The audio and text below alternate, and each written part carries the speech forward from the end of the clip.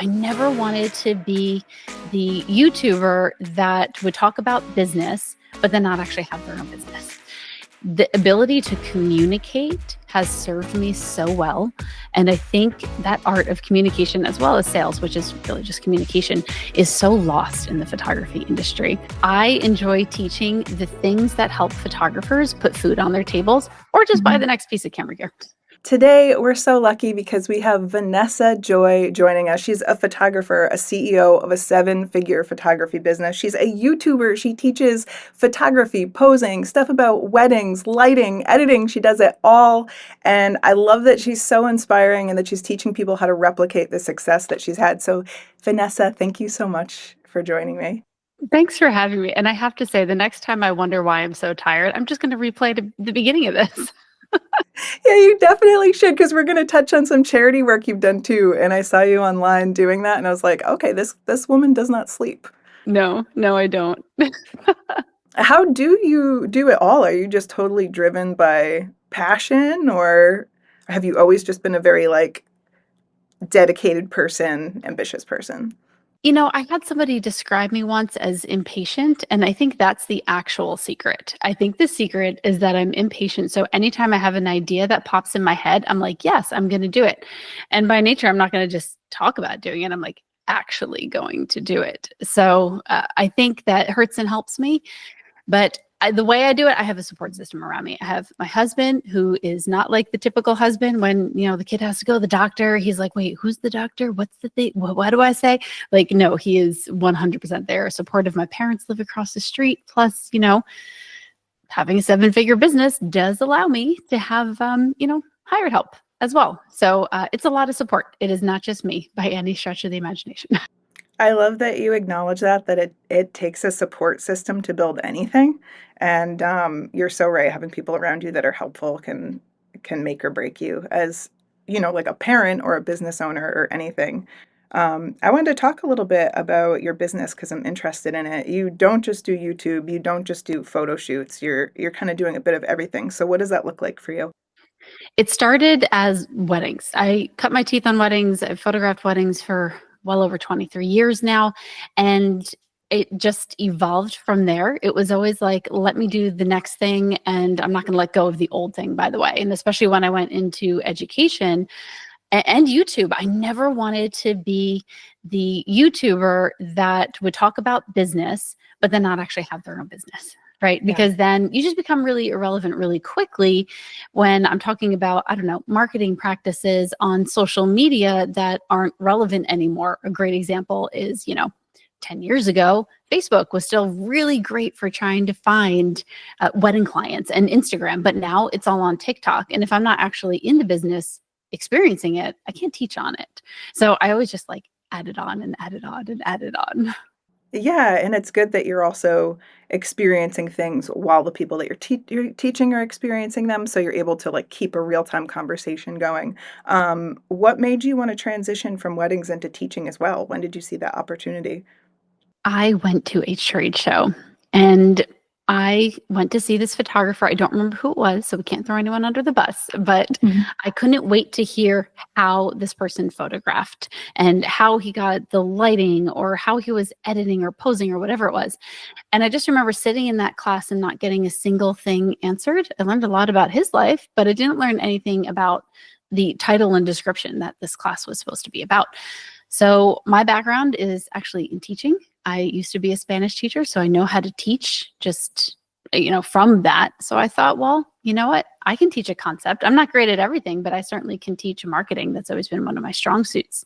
So I started teaching in the back of a diner in New Jersey and like a regional PPA chapter. And then from there, it's okay, now they want you at the state convention. Now they want you at Imaging USA. And then you meet other people and think it expands. And let me tell you, I love teaching people who actually want to learn the thing you're teaching, because my only experience before that was teaching third through fifth grade kids Spanish, and they didn't want to be there. Yeah, it's a totally different experience when the person is like, "This is my livelihood on the line. Please tell me anything that you need to know."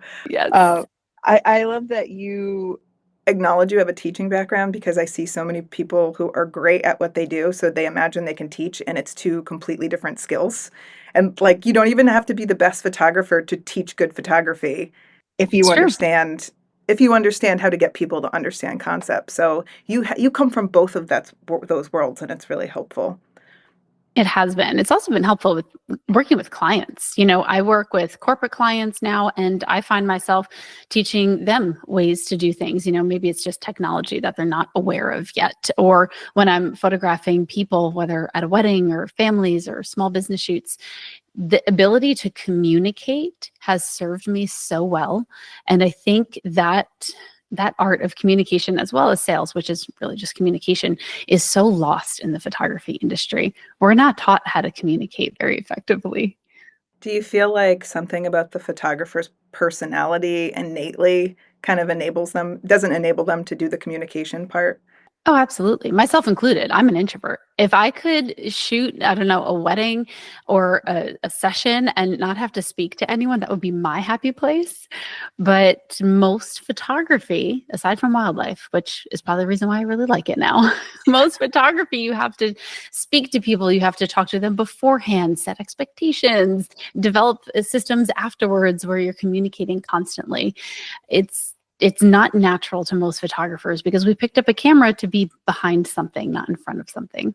Right, we're kind of wallflowers inherently, and it's funny you bring up wildlife. We did that video together. I know, I know. Um, In Africa, I'm like, oh, Chelsea would be so proud of me shooting wildlife. I know, I am. When I saw you on Instagram, I was like, "Yes, she's doing it." And that's exactly why I love wildlife. I'm alone and I don't really have to communicate. And you're so right, that communication piece with the client, that's the hardest part for me Hmm. because Yeah. you have to be good at the sales component, which is a whole other set of skills. What set of skills do you teach people when you're teaching them sales and marketing and how to run their business? My favorite thing to teach is business in general, which Mhm. hurts a little bit because if you look at my YouTube channel, for example, all the lighting videos, how to use flash, how to pose, natural light, whatever, all of those get the views. When I teach something having to do with marketing, how to quit your day job, nobody watches those. But I enjoy teaching the things that help photographers put food on their tables or just buy the Mhm. next piece of camera gear. Yeah, it's an important element. I've seen local photographers get frustrated that they're the most talented, but not the most successful.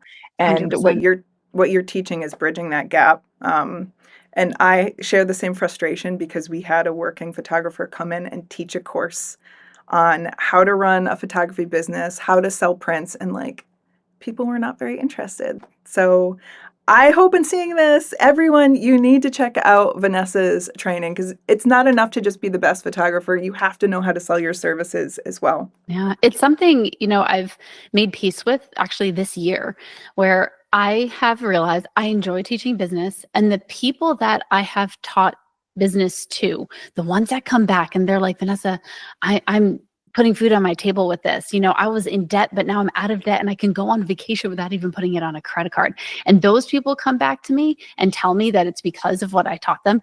Like, I love that. And it's completely different feeling from somebody telling me, oh, I learned Flash. I mean, I love that I taught you Flash, but I want to teach you how to create a sustainable life outside of it. So I've tried to make peace with that lately. And I started a mastermind where I take on very few people and really like one-on-one teach them how to do business. And it's been the best thing I've ever done, even though there's like 10 people I let in. Yeah, but that sounds fulfilling because you know that you're not just teaching them the photo stuff, you're teaching them how to survive and provide for their family. Um, what are the traits that you see in a person that's willing to take that next step and actually start making money at their business? It's very distinct, actually. I'm so glad you Is asked it? that. Yep, photographers who do well, first of all, recognize the fact that there is a business side and that while yes, photography is art, yes, we have a passion for it, you can't run your business like an artist. So it's the people that recognize that first that do really well and they learn how to compartmentalize. Like the art's still there, that's all still there, but you have to have this other section that allows you to run your business like a business and to separate your personal feelings a little bit from the art that you're creating. That and work ethic. because work ethic you can't teach. I can teach someone, the right things all day long, but if they don't have the self-motivation and the work ethic to get them done, like I can't teach that to you. Yeah, do you see that there's a pattern in the spirit of the people that go on? Like they're like fearless or bold or go for it versus people that are maybe a little more hesitant or apprehensive about if they can be successful? I don't think so, because I've had Mm. people that are successful who are apprehensive, who are kind of like, okay, Vanessa, I really don't want to try that, but you said so, so I guess I will. And then they're successful. To the people who are just like, bulldozing their way through it, that part doesn't matter. It's really just the recognition that I have to do something to create a business and the work ethic behind it. I think it also ties into a good point you made earlier of having people who can help you. You don't have to be good at everything as a business owner, and you might not be able to afford help right away, but there will come a point where you can hire like a bookkeeper or an accountant or people that handle the skills that maybe you're not as good at. Says the person who has a bookkeeper. Same. Thanks, Karen. You saved my life, Karen. Yes. Thank you, Jeff. Love you, Jeff. Karen and Jeff just holding us together completely. They are. So obviously, you have all the success with your photos and your business teaching, but I was really wondering what is most fulfilling to you? Because I know we all have to do a bunch of stuff we don't like to do what we do like. So what is that section that you love? What are you doing it for? The section for me, and this goes for whether I'm teaching photographers or whether I'm photographing clients, the section for me is always the result. So for a wedding client, I do same day edits at weddings. And yes, it's a marketing. Yes, I'm trying to, exceed expectations, but it's selfishly, I want to see the reaction to the photos. I want to look at them smile. I want to see them, post that first photo online. Like that feedback that what I'm doing actually changes emotions or changes something, that's what I love. That's the biggest thing for me. That must be a thrill to see their reaction on the day because they're already just excited. Like Yep. It's my that's a favorite really thing good to do. idea. Yeah. I I love print little that. albums for them, and I've been doing it for like 16, 17 years now, where I print actual physical albums the night of the wedding, and as I say goodbye, I hand it to them. What? Are Yeah. they expecting that or is that a No. surprise? It was a surprise for a really long time, but I started posting about it on Instagram way too much. So I'm sure most of them at this point expect it. That was a great idea. That's really cool. Yeah. Um, I wanted to talk about another passion project you're doing, and that's building wells in Africa. Yes. So can you So catch me up on that? Yeah. yeah, the very large printer over here is a result of that. I went to Kenya with a group of photographers. A lot of your viewers will probably know them, Manny Ortiz and Jared Polin. And I had kind of Jared invited me, and I'm like, do I have time for this? I don't even I tried wildlife photography with Chelsea, and it was horrible. It's not horrible, but I'm That like, day was not good though. In your defense, that was birds not a don't good do it day. for me. Birds don't do it Yeah. for me. That's what Okay, it all is. right. You set the bar higher. I need a large mammal. Okay. But I'm like, you know what? Let me go, because two things. One, like, let me just break outside of my own photography bubble. But also, everything was planned for me. And my life, I am very dominant. Everything I do, I have planned and then I fulfill it. So the idea of just being able to go do something enjoyable, I didn't even look at the itinerary beforehand. I literally am like, what do I wear? What do I bring? I show up and I'm like, backpack, tell me where to go. And it was so freeing. But being there, you're on safari, you take all these wildlife photos and it's lovely. But then you have the option to go to one of the villages. And I remember someone in my group saying, oh, it's kind of like a tourist trap. Like they'll show you all the old Yeah. school thing because it's not really how they live. And then they'll sell you some stuff at the end. And I'm like, okay, I still want to go, whatever. And we go, and you can look at my YouTube videos or even Jared's, it's everything you've ever seen on every like video from World Vision with Sarah McLachlan, Arms of the Yeah. Angel singing in the Oh, background. Like, wow. but to see it in person, there's little things that you don't notice. Like one, you're walking around and you're like, where's the bathroom? Where do they go to the bathroom?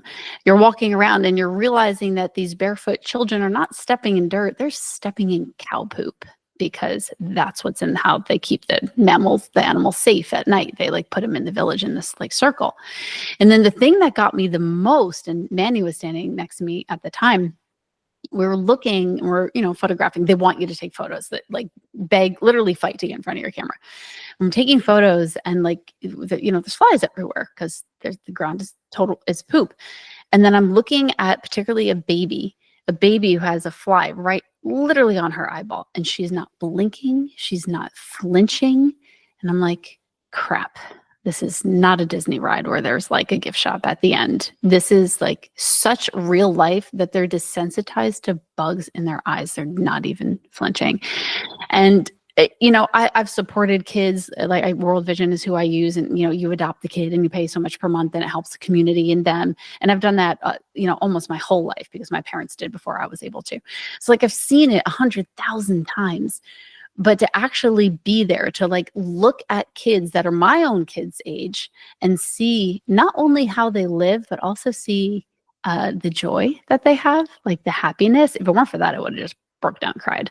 But it's just life-changing. And it goes back to that kind of impatient thing about me is if I see something like that and I am moved to help in any way I possibly can, like I'm going to do it. So plane ride home, I'm going to be super honest here. I took one of Manny's Adderalls and just super concentration on the plane ride home. I wrote out what ended up being the script for the video that I made about it.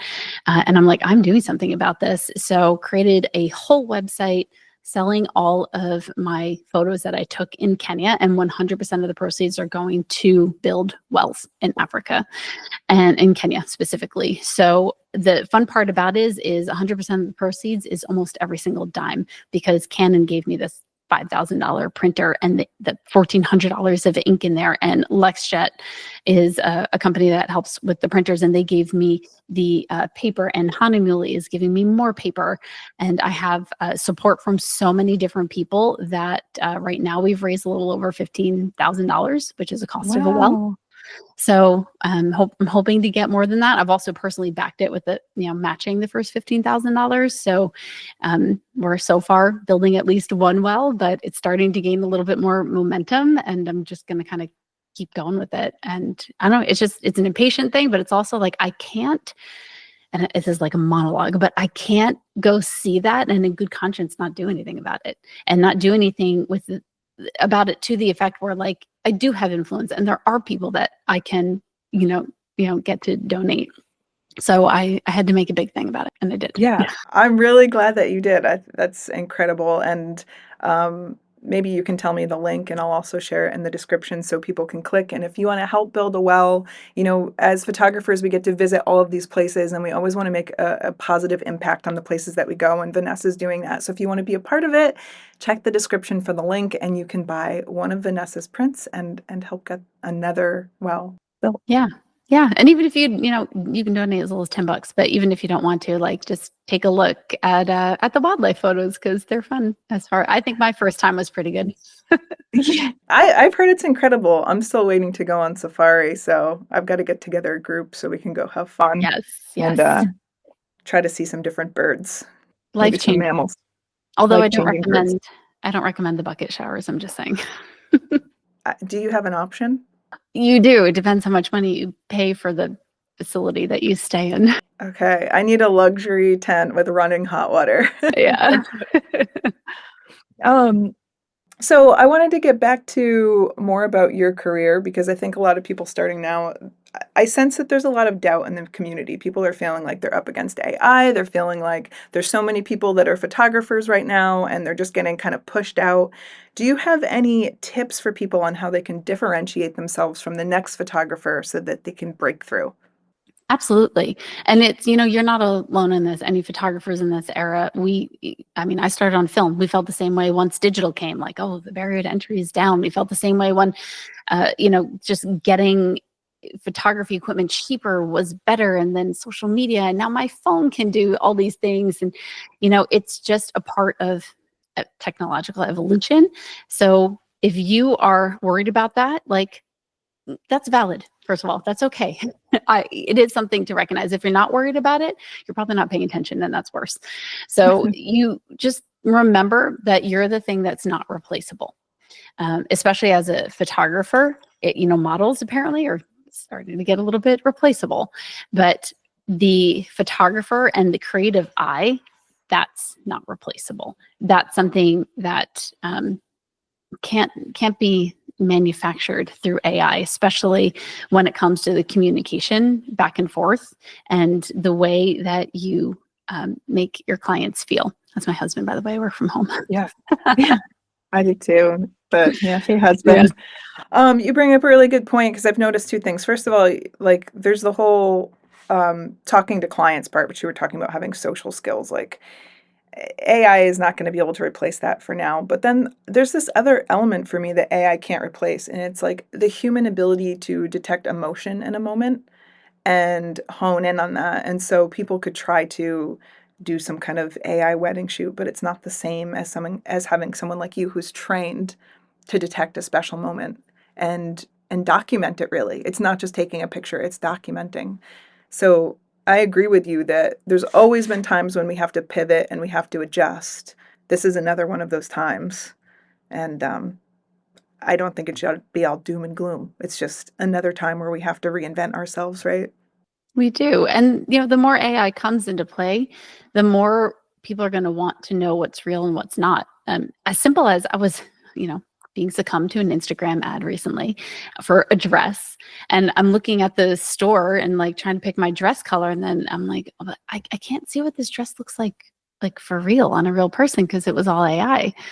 I'm like, well, I'm not going to buy the dress because I don't know it's not real, So I think the more AI plays a part in our society, the more there's going to be a distinction in wanting one or the other.